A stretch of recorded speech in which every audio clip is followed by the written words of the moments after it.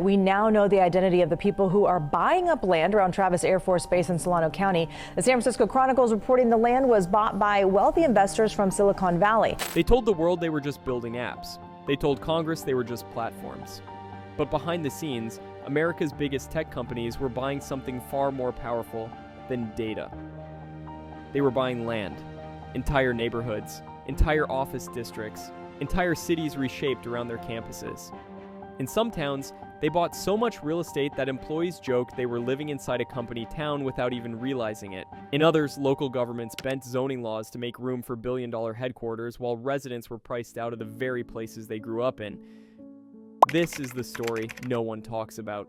How tech companies quietly became some of the largest private landlords in America, and why this land grab may shape the future of housing, work, and wealth more than any algorithm ever could. To understand how it started, we need to go back to the moment Silicon Valley realized that controlling land was more powerful than creating software. In the early 2000s, Silicon Valley began to hit a limit. Not a limit on innovation, a limit on space. The region had become the most valuable land in the United States outside Manhattan, and tech companies realized that competing for talent also meant competing for physical territory. Suddenly, it was not enough to have a good product. You needed a campus that could pull engineers in. You needed office blocks, transportation hubs, and housing solutions for workers who were being priced out. While the rest of America thought tech was competing through code, the real battle was happening on the ground. Tech companies began buying land faster than they could build software. In some cities, they became the largest commercial tenants and property owners almost overnight. But buying land was only the beginning. Soon, tech companies started reshaping the towns around them, creating environments where the company itself became the economic center. And no example shows this better than what happened in one of Silicon Valley's most expensive cities. There is a small city in the Bay Area where tech companies have spent billions acquiring office buildings, warehouses, and land parcels, block by block, lot by lot. Residents began to notice entire streets being purchased over a few years. What looked like normal market activity was actually a long game. Tech companies were not buying trophy properties, they were buying strategic parcels that allowed them to expand a headquarters without restrictions. They wanted control of zoning, control of density, control of what gets built and what does not.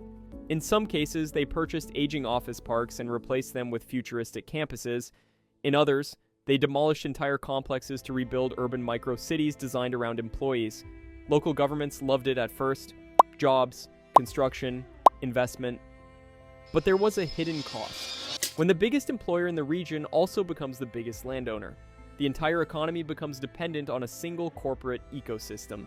It becomes a new version of a company town, not built around coal mines or steel mills, but around servers, data centers, and intellectual property.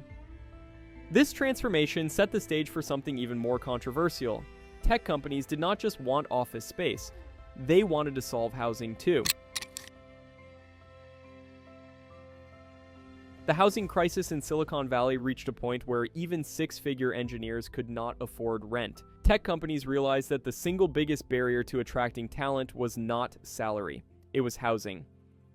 So they made a decision that shocked urban planners. They started funding and constructing their own housing developments. Some projects involved hundreds of units, others involved thousands. These were not company dorms. They were full neighborhoods with schools, parks, and retail areas. Publicly, the companies framed it as a solution to the regional housing shortage. Privately, it secured something much more powerful. They could essentially create residential zones near their campuses, reducing commute times and increasing worker retention. They were not just landlords. They were shaping where the workforce lived, how they commuted, and how tightly integrated their lives became with the company ecosystem. But this shift raised a deeper question. If companies control the jobs and the housing, what happens to local democracy? To answer that, we need to look at the influence tech began having over city governments.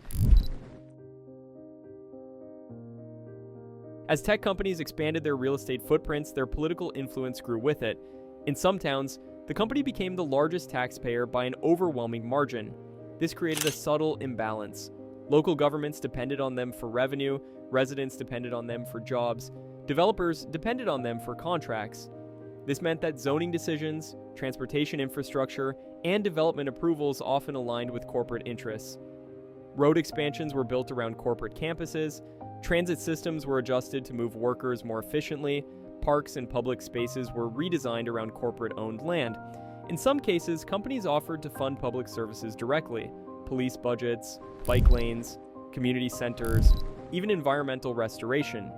While it sounded generous, it created a dynamic where the company effectively replaced parts of local government. Urban planners began to worry that cities were slowly outsourcing public policy to private corporations that also happened to own the land. But the land grab was not limited to Silicon Valley. Soon, tech companies began expanding outside California entirely.